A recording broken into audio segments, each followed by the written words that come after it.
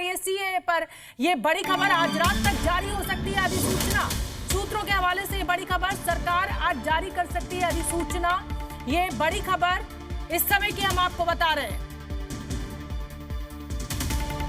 तो सरकार आज अधिसूचना जारी कर सकती है। सीएए कानून से जुड़ी हुई ये अधिसूचना है। और इस रविंद्र कुमार जी न्यूज़ संवाददाता मेरे साथ लाइव है। रविंद्र, इस खबर को कैसे समझा जाए? एन लोकसभा चुनावों का ऐलान होने जा रहा है और उससे पहले अगर आज सरकार के द्वारा यह अधिसूचना जारी की जाती है तो इसको कैसे समझे?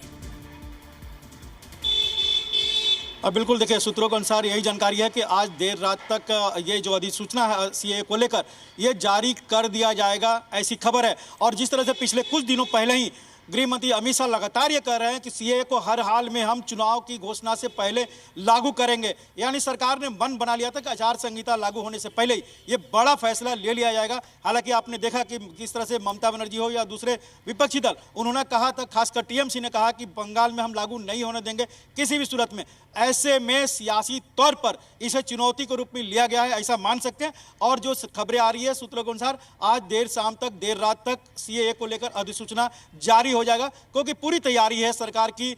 बिल पहले ही पारित हो गया था, इसके नॉर्म्स पहले ही तैयार हो गए थे। टेक्निकली इस खबर को समझाइए रविंद्र, मेरे दर्शकों को टेक्निकली इस खबर को समझाइए। अगर सरकार आज अधिसूचना जारी कर देती है तो इसके क्या मायने हैं? क्योंकि जहां तक हम समझते हैं, भाई कोई अधिसूचना आई, कानून बनना है तो संसद में उसको पेश किया जाएगा और उसके बाद ही वो कानून का रूप लेगा। इस अधिसूचना को जारी करने से सिर्फ क्या होगा? सरकार अपनी प्रतिबद्धता बताने की कोशिश कर रही है कि हम ये लागू करेंगे अगर हम जीतते हैं तो। शोभना, ये बिल सीए को लेकर पहले ही संसद में पारित हो चुका है। अब इसको लेकर जो नॉर्म्स बनने थे, जो टर्म्स एंड कंडीशन बनने थे, वो बन के तैयार हो गया था।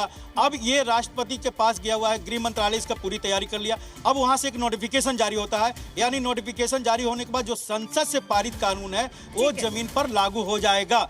यानी 6 देशों से जो 3 देशों से 6 अल्पसंख्यक वहां के, चाहे वो पाकिस्तान, बांग्लादेश, अफगानिस्तान से आने वाले जो वहाँ के अल्पसंख्यक थे, हिंदू, ईसाई, सिख और बौद्ध, जैन, ऐसे जो अल्पसंख्यक थे जो भारत में आए हुए हैं, उनको नागरिकता मिलना अब सहज हो जाएगा। उनको जाकर वेबसाइट पर अपने देना पड़ेगा डिटेल, और उनको सरकार एक प्रक्रिया के जरिए नोटिफिकेशन जारी करके उनको नागरिकता दे देगी। ये केंद्र सरकार जारी करेगी नागरिकता। ऐसे में जो सियासत हो रही थी, सही याद दिलाया कि ये सदन से पारित हो चुका है और अब इस पे अधिसूचना हुई है।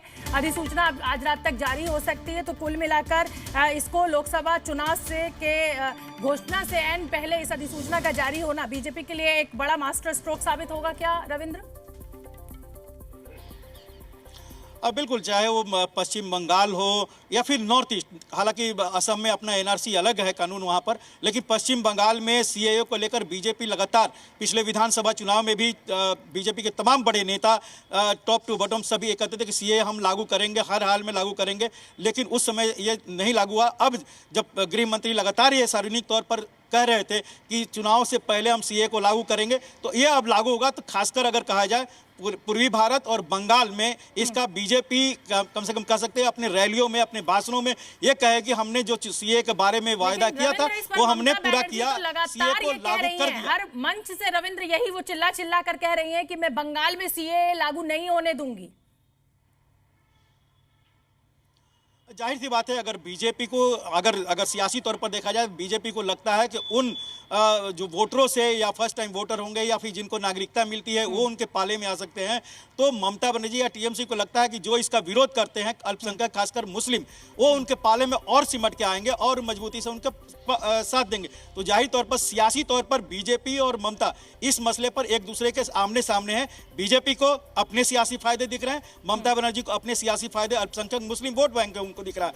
लेकिन एक बात सरकार ने संसद के अंदर, संसद के बाहर लगातार क्लियर किया है कि भारत में रहने वाले किसी मुस्लिम की नागरिकता इससे नहीं जा रही है, बल्कि जो अल्पसंख्यक 3 देशों से भारत में आए हुए उनको नागरिकता देने का यह कानून है। लेकिन सियासत कई सालों से चल रही है, कई महीनों से चल रही है, आगे भी दिखाई देगा लोकसभा चुनाव के दरमियान। रविंद्र, आप बने रहिए मेरे साथ।